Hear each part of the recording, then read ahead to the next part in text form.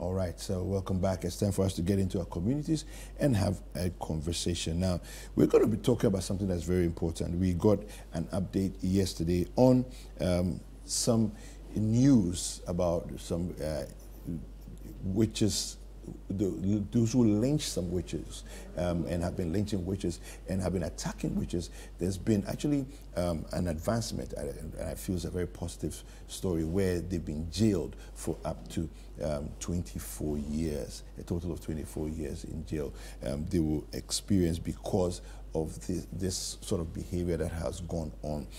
Let's take a look at this report. We'll come back and then we'll delve into some stories, because there's a lot of stories of this that's been happening in different parts of the country, especially in the northern parts of Ghana. Witches camps, the mistreatment of witches, a whole lot of things that have been happening, and we'll be delving into some more conversations regarding this. Let's take a look at this and we'll come back and then get into the conversations.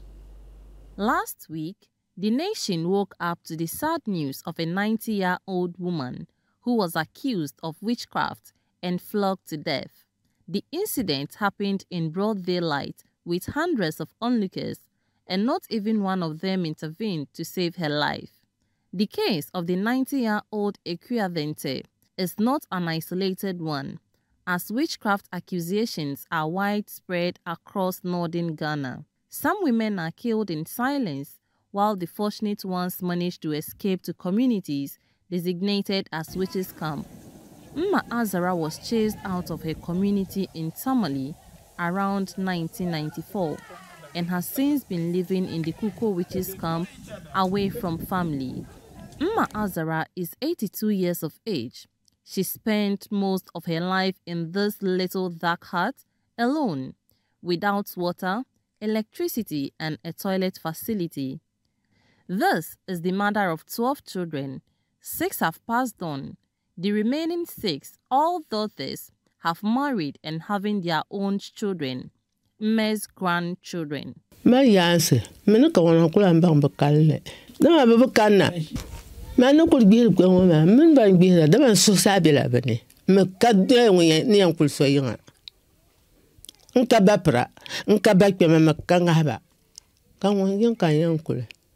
Mma, as I prefer to call her, was accused of witchcraft following the death of a relative in the early 90s, and in spite of the fact that several oracles proved her innocent, she continued to face victimization, discrimination, and threats.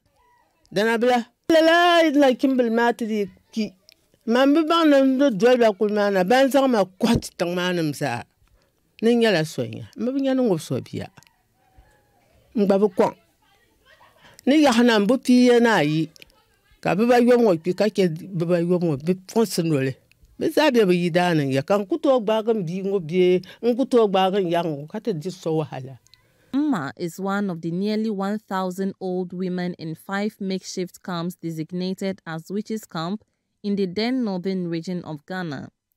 Mustafa, the caretaker of the Kuko witches' camp, throws more light on the plight of these women. So we realize that cases that are intertwined, that are within the family of that particular woman, it's difficult to reintegrate, to get her back to her community, because it's the same community, family members that reject her. And if we are going back to that same people to accept her back, it becomes difficult. We try to send her back, but we realize that her case is coming from her own family. So there's nobody within the family who is ready to accept her. One time I went to her home, and her own brother told us that she doesn't know anyone called Mpahawa as she's standing here. So cases of that sort is becoming very difficult, and it's on our neck. We don't know how to get them reintegrated. Kuko is a rural community in the Nanumba South district of the northern region. Though small, it has gained popularity as a safe haven for alleged witches.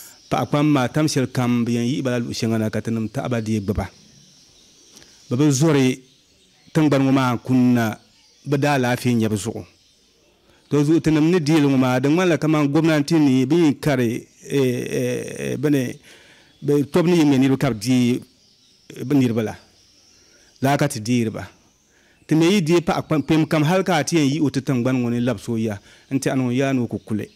Despite its reputation as a safe place for victims of witchcraft accusations, the inmates face numerous challenges, including lack of access to water and food.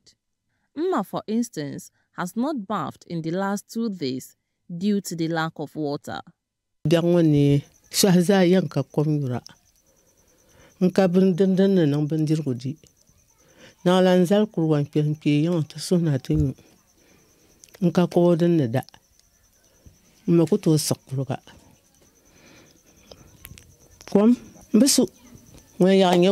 Mma's plight worsens whenever it rains, as sleep becomes a luxury during the rainy season. Her thatch roof leaks badly, forcing her to hold up in a small corner whenever it rains. The appalling conditions under which inmates of the Kuko camp live means they often fall sick. From the chief's compound in the community, I gathered that malaria, pneumonia and diarrhea are the major illnesses the inmates often present.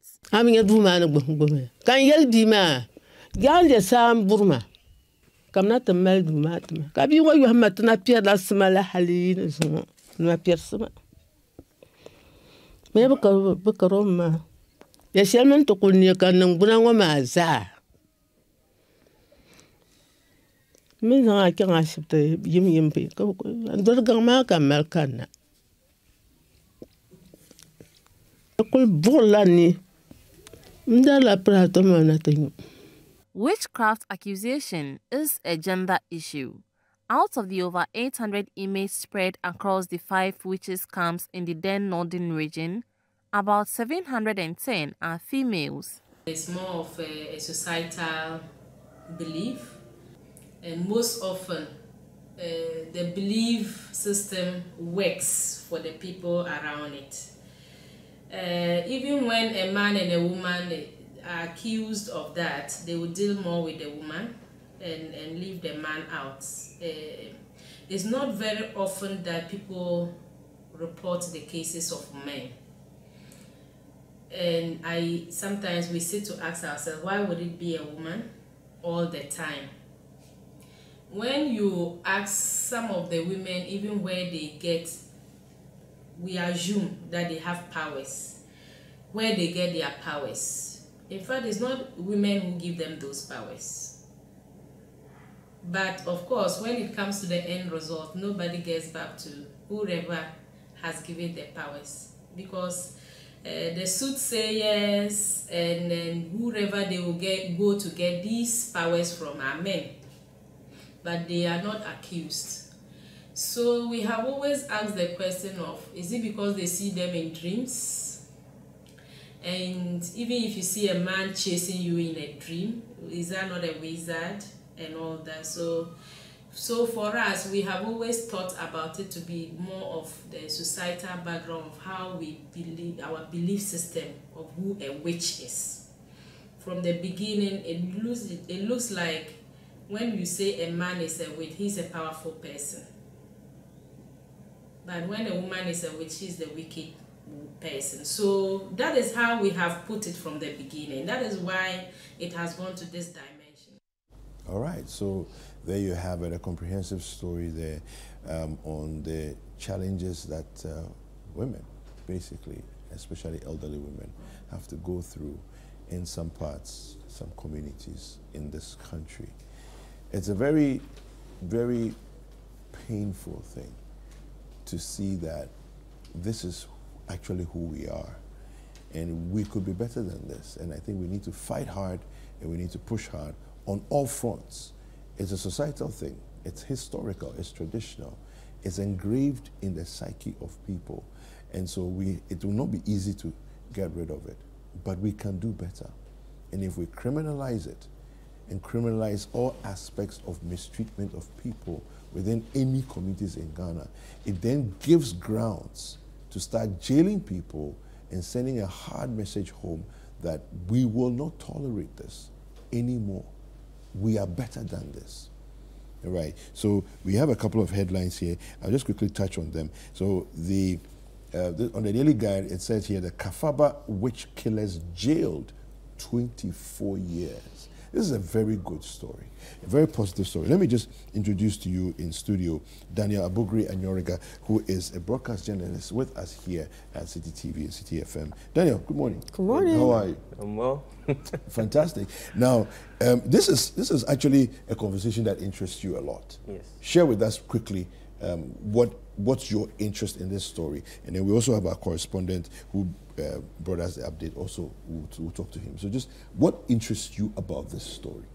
I think the conversation about which camps, let me put it this way, and witches and wizards is yes, indeed, is part of my kinsmen.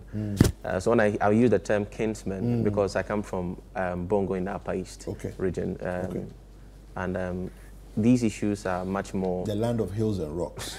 Yeah, I've been there. I love the place. Yeah, Boletanga, so clay and rocks. Yes. Okay, that's what it is. Yes. Boletanga, clay and rocks. Yes.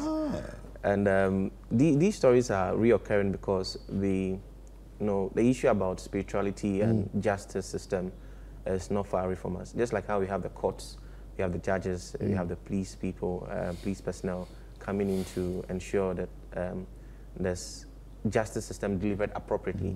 That is also deals in the traditional perspective where you have to ask the question that do these people have their own system and how does it work?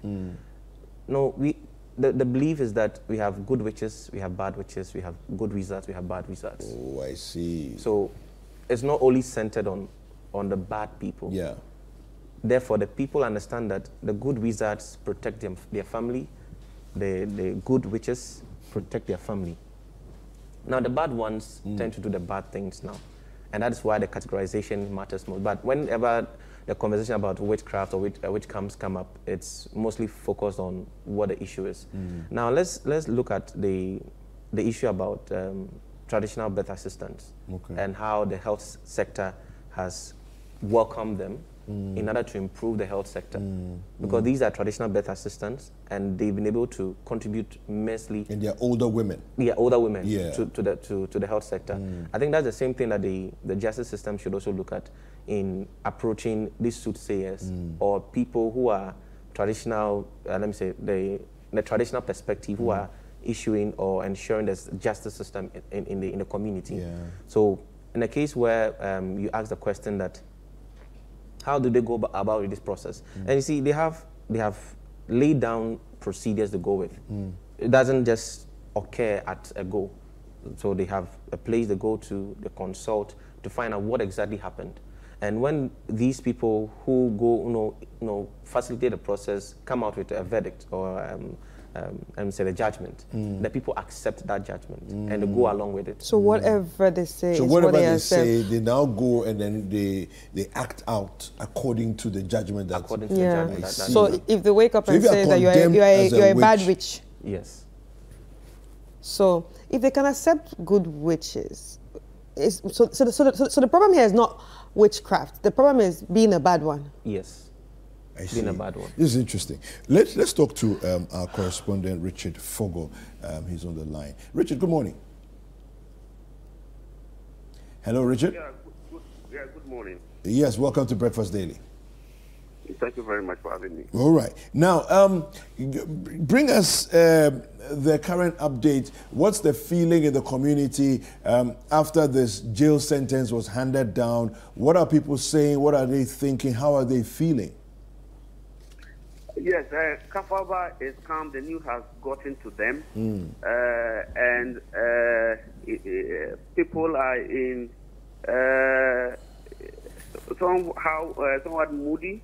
Yes, others are excited about the sentencing because initially a number of youth were arrested.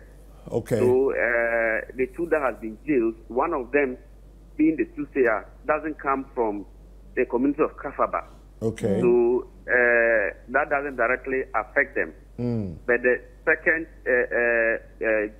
jail person, Bumaye, is from the Kafaba community. Okay. So the family and relatives are not that excited.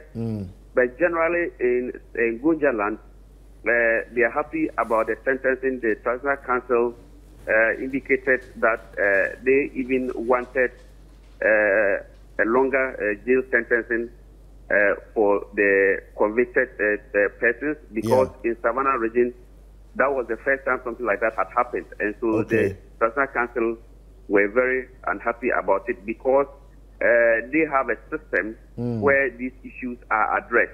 Usually in the past, people accused of witchcraft are taken to the chief palace, then handed over to the head priest, who does purification and gives some water for the person to drink. That means that the person becomes powerless and cannot harm anybody. So the person continues to live in the community. So what happened in Kafaba was a dent on the image of Gunja, according to the National Council. So they were very much unhappy about it, and feels that this punishment, that has come is welcoming. Yes, but there are also packets of people. Yesterday in the evening, when I went around town, people were wondering whether actually it was only the two men that, linked the poor old lady. That is the question that the people were asking. Of course, in the videos that came, a lot of people stood by, and those two women were active in going around the woman and doing certain things. But as to the beating, we didn't see any videos. But we are wondering whether the two women unilaterally could have beaten the woman, to death.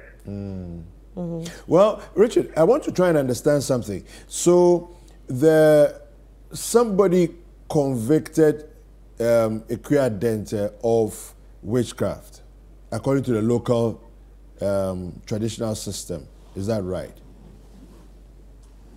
Exactly, but not according to the Gunja system. Now, this soothsayer who convicted Akua Dente was imported from outside the community. Okay, so usually you go and report to the chief that you are accusing this person or suspecting this person to be a witch. Sometimes the story is that the person himself has confessed.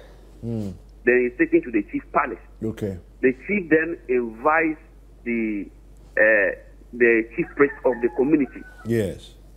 And hands over the person to the chief priest to take the person through some ritual.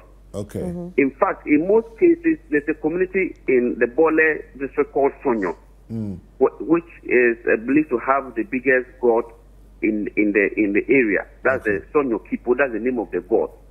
So in some cases, the person is sent to Sonyo.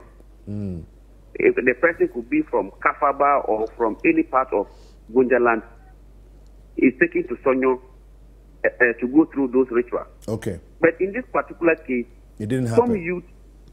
Some youth heard about these soothsayers proud somewhere, and suspect that there are witches disturbing them in the community and killing some of them. So they went and imported or brought in these soothsayers who went around the community and finally accused Akua Dente of witchcraft. In fact, the chief